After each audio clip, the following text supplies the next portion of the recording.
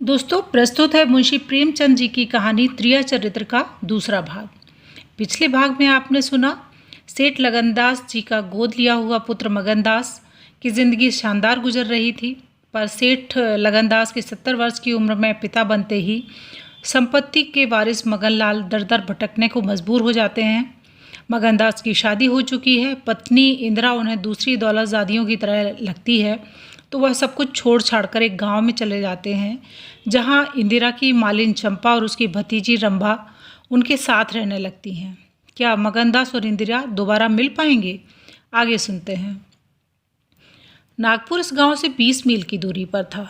चंपा उसी दिन चली गई और तीसरे दिन रंभा के साथ लौट आई। यह उसकी भतीजी का नाम था।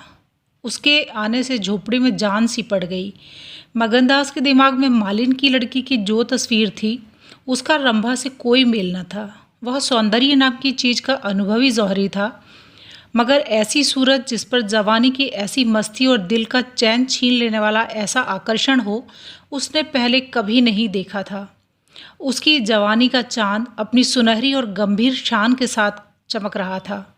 सुबह का वक्त था। मगनदास दरवाजे पर पड़ा ठंडी ठंडी हवा का मज़ा उठा रहा था। रंभा सिर पर घड़ा रखे पानी भरने को निकली। मगनदास ने देखा और एक लंबी सांस खींचकर उठ बैठा। चेहरा मोहरा बहुत ही मोहक, ताजे फूल की तरह खिला हुआ चेहरा, आंखों में गंभीर सरलता। मगनदास को उसने भी देखा। चेहरे पर लाज की लाली दौड़ गई। प्रेम ने पहला वार किया। मगनदास सोचने लगा, क्या तकदीर यहाँ कोई और गुल खिलाने वाली है? क्या दिल मुझे यहाँ भी चैन न लेने देगा? रंभा, तू यहाँ नाहक आई। नाहक एक गरीब का खून तेरे सर पर होगा। मैं तो अब तेरे हाथों बिक चुका, मगर क्या तू भी मेरी हो सकती है? लेकिन नहीं, इतनी जल्दबाजी ठीक नहीं। दिल का सौदा सोच समझकर करना चाहिए। तुमको अभी जब्त करना होगा। रंभा सुंदरी है, मगर झूठे मोती की आप और ताप उसे सच्चा नहीं बना सकती। तुम्हें क्या खबर कि उस भोली लड़की के कान प्रेम के शब्द से परिचित नहीं हो चुके हैं? कौन कह सकता है कि उसकी सौंदर्य वाटिका पर किसी फूल चुनने वाले के हाथ नहीं पड़ चुके हैं?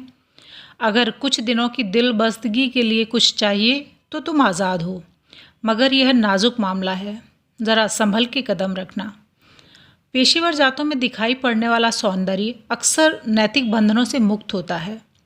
3 महीने गुजर गए। मगनदास रंभा को ज्यों ज्यों बारीक से बारीक निगाहों से देखता, त्यों त्यों उस पर प्रेम का रंग गाढ़ा होता जाता था।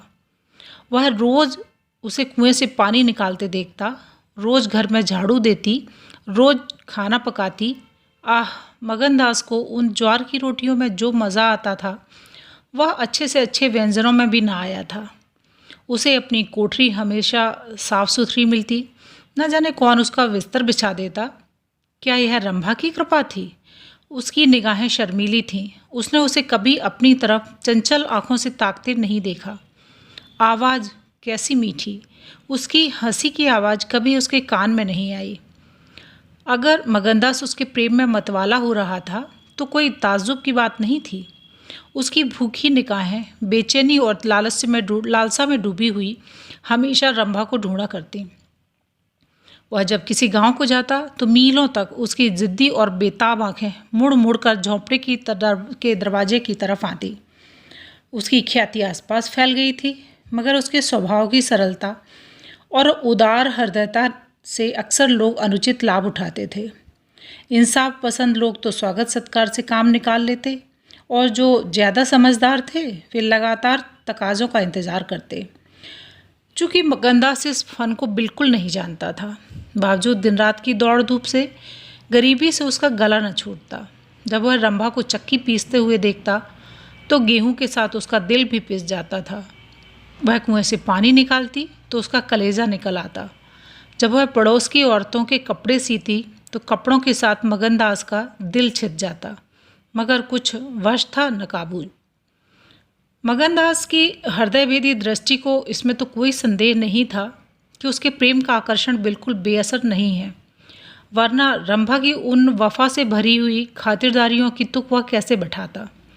वफा ही वह जादू है जो रूप के गर्व का सिर नीचा कर सकता है। मगर प्रेमिका के दिल में बैठने का मादा उसमें बहुत कम था। कोई दूसरा मनचला प्रेमी अब तक अपने वशीकरण में कामयाब हो चुका होता, लेकिन मगनदास ने दिल आशिक का पाया था और ज़ुबान माशूक की।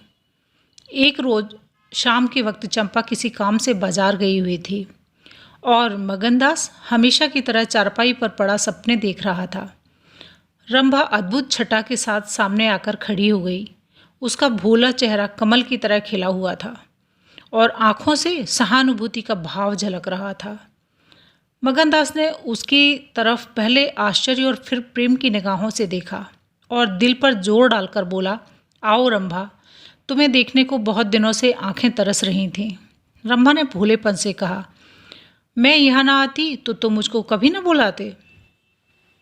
मगनदास का हौसला बढ़ा। बोला, बिना मर्जी पाए तो कुत्ता भी नहीं आता। रंभा मुस्कुराई, कली खिल गई। मैं तो आप ही चली आई। मगनदास का कलेजा उछल पड़ा।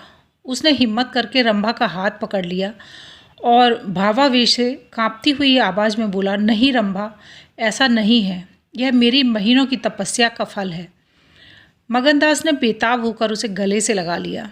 जब वह चलने लगी तो अपने प्रेमी की ओर प्रेम भरी दृष्टि से देखकर बोली, अब यह प्रीत हमको निभानी होगी। पौ फटने के वक्त जब सूर्य देवता के आगमन की तैयारियां हो रही थीं, मगनदास की आंखें खुलीं। रंभा आटा पीस रही थी। उस शांतिपूर्ण सन्नाटे में चक्की की घूमर घूमर बहुत सुहानी मालूम होती थी। वह उसके सुर में सुर मिलाकर अपने प्यारे ढंग से गा रही थी। झुलनिया मोरी पानी में गिरी, मैं जानू पिया मोको मने है, उल्टी मनावन मोको पड़ी, झुलनिया मोरी पानी में गिरी। साल भर गुजर गया। मगनदास की मोहब्बत और रंभा के सलीके ने मिलकर उस वीरान झोंपड़े को कुंज बना दिया। अब वहाँ गायें थीं, फूलों की क्यारियाँ थीं और कई देहाती ढंग के मोढ़े थे। सुख सुविधा की अनेक चीज़ें दिखाई पड़ती थीं। एक रोज़ सुबह के वक्त मगनदास कहीं जाने के लिए तैयार हो रहा था कि एक संभ्रांत व्यक्ति अंग्रेजी पोशाक पहने उसे ढूंढता हुआ आ पहुंचा और उसे देखते ही दौड़कर गले से लिपट गया। मगनदास और वह दोनों एक साथ पढ़ा करते थे। अब वह वकील हो गया था। मगनदास ने भी अब पहचाना और कुछ झेंपता हुआ और कुछ झिझकता उसके गले लिपट गया। बड़ी देर तक दोनों दोस्त बातें करते रहे। बातें क्या थीं? घटनाओं और संयोगों की एक लंबी कहानी थी। कई महीने हुए सेठ लगनदास का छोटा बच्चा चेचक की नज़र हो गया। सेठ जी ने दुख के मारे आत्महत्या कर ली और अब मगनदास सारी जायदाद, कोठी, इलाके और मकानों का एक छत्र स्वामी था। सेठानियों में आपसी झगड़े हो रहे थे। कर्मचारियों ने गबन को अपना ढंग बना रखा था। बड़ी सेठानी उसे बुलाने के लिए खुद आने को तैयार थी, मगर वकील साहब ने उन्हें रोका। तब मगनदास ने मुस्कुराकर पूछा, तुम्हें क्यों कर मालूम हुआ कि मैं यहाँ हूँ? तो वकील साहब ने फरमाया, महीने भर से तुम्हारी टोह में हूँ। सेठ मक्खन लाल ने अता पता बतलाया, तुम दिल्ली पहुँचे और मैंने अपना महीने भर का बिल पेश किया। रंभा अधीर हो रही थी कि यह कौन है, इनमें क्या बातें हो रही हैं। 10 बजते बजते वकील साहब मगनदास से 1 हफ्ते के अंदर आने का वादा लेकर विदा हुए। उसी वक्त रंभा आ पहुंची और पूछने लगी, ये कौन थे? इनका तुमसे क्या काम था? मगनदास ने जवाब दिया, यमराज का दूत। रंभा, क्या असगुन बकते हो?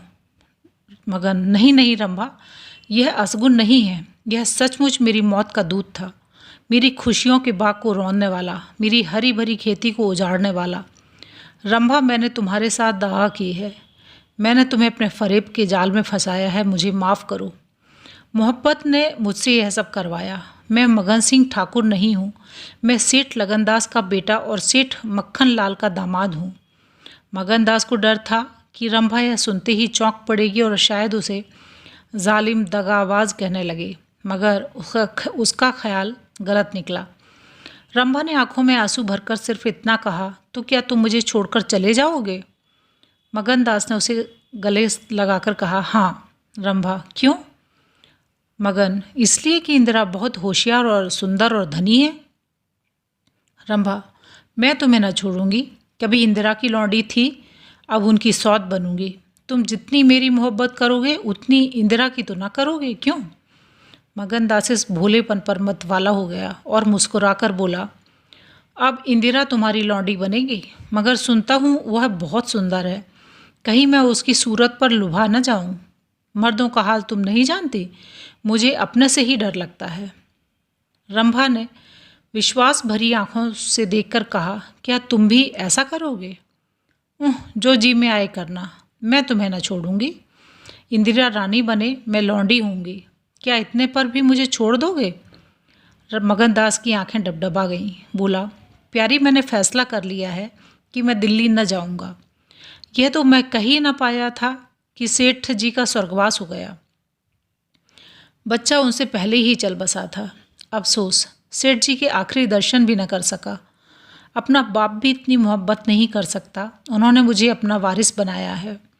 वकील साहब कहते थे कि सेठानियों में अनबन है, नौकर चाकर लूट मार मचा रहे हैं। वहाँ का यह हाल है और मेरा दिल वहाँ जाने पर राजी नहीं होता। दिल तो यहाँ है, वहाँ कौन जाए? रंभा ज़रा देर सोचती रही, फिर बोली, तो मैं तुम्हें छोड़ दूंगी। तुमने इतने दिन तुम्हारे साथ रही, जिंदगी का सुख लूटा। अब जब तक जीऊँगी इस सुख का ध्यान करती रहूँगी, मगर तुम मुझे भूल तो न जाओगे? साल में एक बार देख लिया करना, इसी झोपड़े में आकर। मगनदास ने बहुत रोका, मगर आंसू न रुक सके। बोले, रंभा, ऐसी बातें न करो, कलेजा बैठा जाता है। मैं तुम्हें छोड़ नहीं सकता, इसलिए नहीं कि तुम्हारे ऊपर कोई एहसान है। तुम्हारी खातिर नहीं, अपनी खातिर। वह शांति, वह प्रेम, आनंद जो मुझे यहाँ मिला है और कहीं नहीं मिल सकता। खुशी के साथ ज़िंदगी बसर हो, यही मनुष्य के जीवन का लक्ष्य है। मुझे ईश्वर ने यह खुशी यहाँ दे रखी है, तो मैं उसे क्यों छोड़ूं? धन दौलत को मेरा सलाम है, मुझे इसकी हवस नहीं है। रंभा फिर गंभीर स्वर में बोली, तुम्हारे पाँव की बेड़ी न बनूंगी। चाहे तुम अभी मुझे न छोड़ो, लेकिन थोड़े दिनों में तुम्हारी यह मोहब्बत न रहेगी। मगनदास को कोड़ा लगा, जोश से बोला, तुम्हारे सिवा इस दिल में अब और कोई जगह नहीं पा सकता।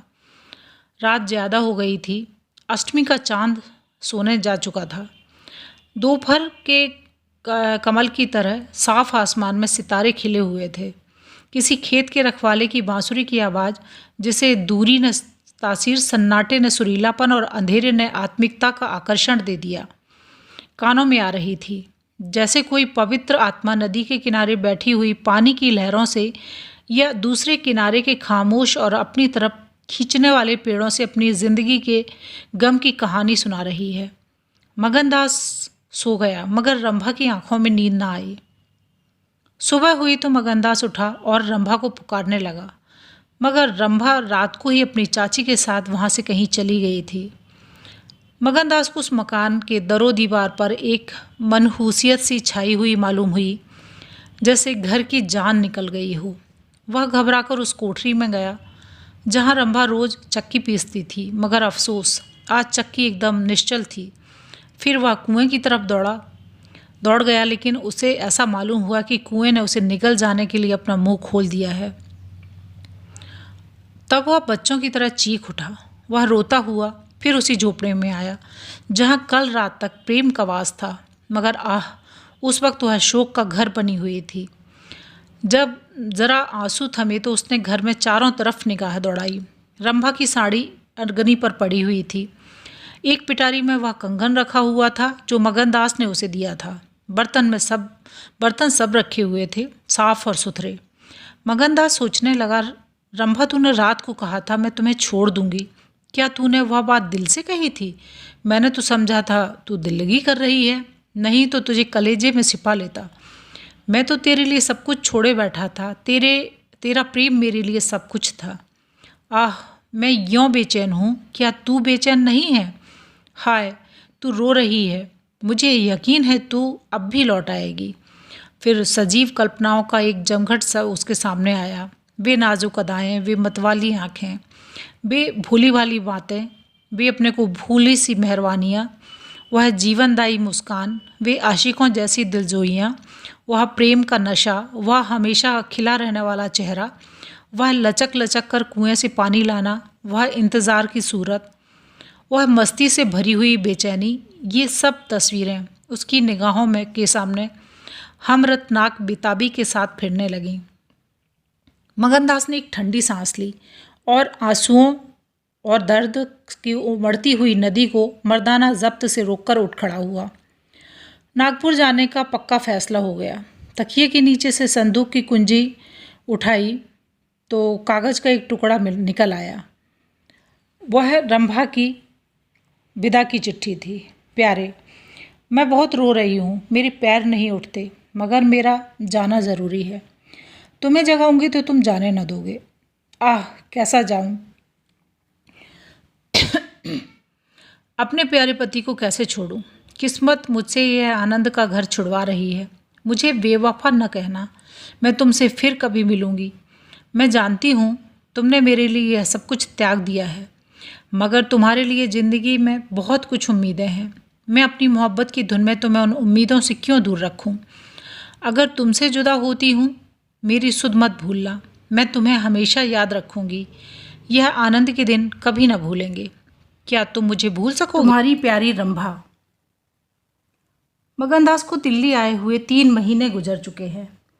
इस बीच उसे सबसे बड़ा जो निजी अनुभव हुआ वह यह था कि रोज़ी की फिक्र और धंधों की बहुतायत से उमड़ती हुई भावनाओं का जोर कम किया जा सकता है। 1.5 साल पहले का बेफिक्र नौजवान अब एक समझदार और सूझबूझ रखने वाला आदमी बन गया था। सागर घाट के उन कुछ दिनों से उसे रियाया की इन तकलीफ़ों का निजी ज्ञान हो गया था जो कारिंदों और मुख्तारों की शक्तियों की बदौलत उसे उठानी पड़ती हैं। उसने उसे रियासत के इंतज़ाम में बहुत मदद की और गो कर्मचारी दुबी जवान से उसकी शिकायत करते थे और उसे अपनी किस्मत और ज़माने के उलटफेर को कोसते थे। मगर रियाया खुश थी। हाँ, जब वह सब धंधों से फुर्सत पाता तो एक भोली भाली सूरत वाली लड़की उसी के ख्याल के पहलू में आ जा बैठती और थोड़ी देर के लिए सागर घाट का वह हरा भरा झोंपड़ा, उसकी मस्तियाँ आँखों के सामने आ जाती। सारी बातें एक सुहाने सपने की तरह याद आकर उसके दिल को मसोसने लगती। लेकिन कभी कभी खुद ब खुद उसका ख्याल इंदिरा की तरफ भी जा पहुँचता। गो उसके दिल में रंभा की वही जगह थी, मगर किसी तरह उसमें इंदिरा के लिए भी एक कोना निकल आया था। जिन हालातों और आफतों से ने उसे इंदिरा से बेजार कर दिया था, वह अब रुखसत हो गई थी। अब उसे इंदिरा से कुछ हमदर्दी हो गई। अगर उसके मिजाज में घमंड है, हुकूमत है, तकल्लुफ़ है, शान है, तो यह उसका कसूर नहीं, यह रईसज़ादों की आम कमज़ोरियाँ हैं। यही उनकी शिक्षा है। बिल्कुल बेबस और मजबूर है। इन बदले हुए और संतुलित भावों के साथ जहाँ वह बेचैनी के साथ रंभा की याद को ताज़ा किया करता था, वहाँ इंदिरा का स्वागत करने और उसे अपने दिल में जगह देने के लिए तैयार था। वह दिन दूर नहीं था जब उसे उस आजमाइश का सामना करना पड़ेगा। उसके कई आत्मीय अमीराना शान शौकत के साथ इंदिरा को विदा कराने के लिए नागपुर गए हुए थे। मगनदास की तबीयत आज तरह तरह के भावों के कारण, जिनमें प्रतीक्षा और मिलन की उत्कंठा विशेष थी, उचाट सी हो रही थी। जब कोई नौकर आता तो वह संभल बैठता कि शायद इंदिरा आ पहुंची। आखिर शाम के वक्त जब दिन और रात गले मिल रहे थे, जनान खाने में ज़ोर ज़ोर से गाने की आवाज़ों ने बहू के पहुंचने की सूचना दी। सुहाग की सुहानी रात थी। 10 बज गए थे। खुले हुए हवादार सहन में चांदनी छिटकी हुई थी। वह चांदनी जिसमें नशा है, आरजू है, खिंचाव है। गमलों में खिले हुए गुलाब और चंपा के फूल चांद की सुनहरी रोशनी में ज़्यादा गंभीर और खामोश नजर आते थे। मगनदास इंदिरा से मिलने के लिए चला। उसके दिल में लालसाएं ज़रूर थीं, मगर एक पीड़ा भी थी। दर्शन की उत्कंठा थी, मगर प्यास से खाली। मोहब्बत नहीं, प्राणों का खिंचाव था जो उसे खींचे लिए जाता था। उसके दिल में बैठी हुई रंभा शायद बार बार निकलने की कोशिश कर रही थी, इसलिए दिल में धड़कन हो रही थी। वह सोने के कमरे में दरवाजे पर पहुंचा। रेशमी पर्दा पड़ा हुआ था। उसने पर्दा उठा दिया। अंदर एक औरत सफ़ेद साड़ी पहने खड़ी थी। हाथ में चंद खूबसूरत चूड़ियों के अलावा उसके बदन पर एक जेवर भी न था। पर्दा उठा और मगनदास ने अंदर कदम रखा। वह मुस्कुराती हुई उसकी तरफ बढ़ी। मगनदास ने उसे देखा और चकित होकर बोला, रंभा, और दोनों प्रेमावेश से लिपट गए। दिल में बैठी हुई रंभा बाहर निकल आई थी। साल भर गुजरने के बाद एक दिन इंदिरा ने अपने पति से कहा, क्या रंभा को बिल्कुल भूल गए? कैसे बेवफा हो? कुछ याद है? उसने चलते वक्त तुमसे क्या विनती की थी? मगनदास ने कहा, खूब याद है। वह आवाज़ भी कानों में गूंज रही है। मैं रंभा को भोली भाली लड़की समझता था, यह नहीं जानता था कि यह त्रिया चरित्र का जादू है। मैं अपनी रंभा को अब भी इंदिरा से ज़्यादा प्यार करता हूँ। तुम्हें डाह तो नहीं होती? इंदिरा ने हंसकर जवाब दिया, डाह क्यों हो? तुम्हारी रंभा है तो क्या मेरा मगन सिंह नहीं है? मैं अब भी उस पर मरती हूँ। दूसरे दिन दोनों दिल्ली के एक राष्ट्रीय समारोह में शरीक होने का बहाना करके रवाना हो गए और सागर घाट पर जा पहुँचे। वह झोपड़ा, वह मोहब्बत का मंदिर, वह प्रेम भवन फूलों और हरियाली से लहरा रहा था। चंपा मालिन उन्हें वहाँ मिली। गांव के जमींदार उनसे मिलने के लिए आए। कई दिन तक फिर मगन सिंह को घोड़े निकालने पड़े। रंभा कुएं से पानी लाती, खाना पकाती, फिर चक्की पीसती और गाती।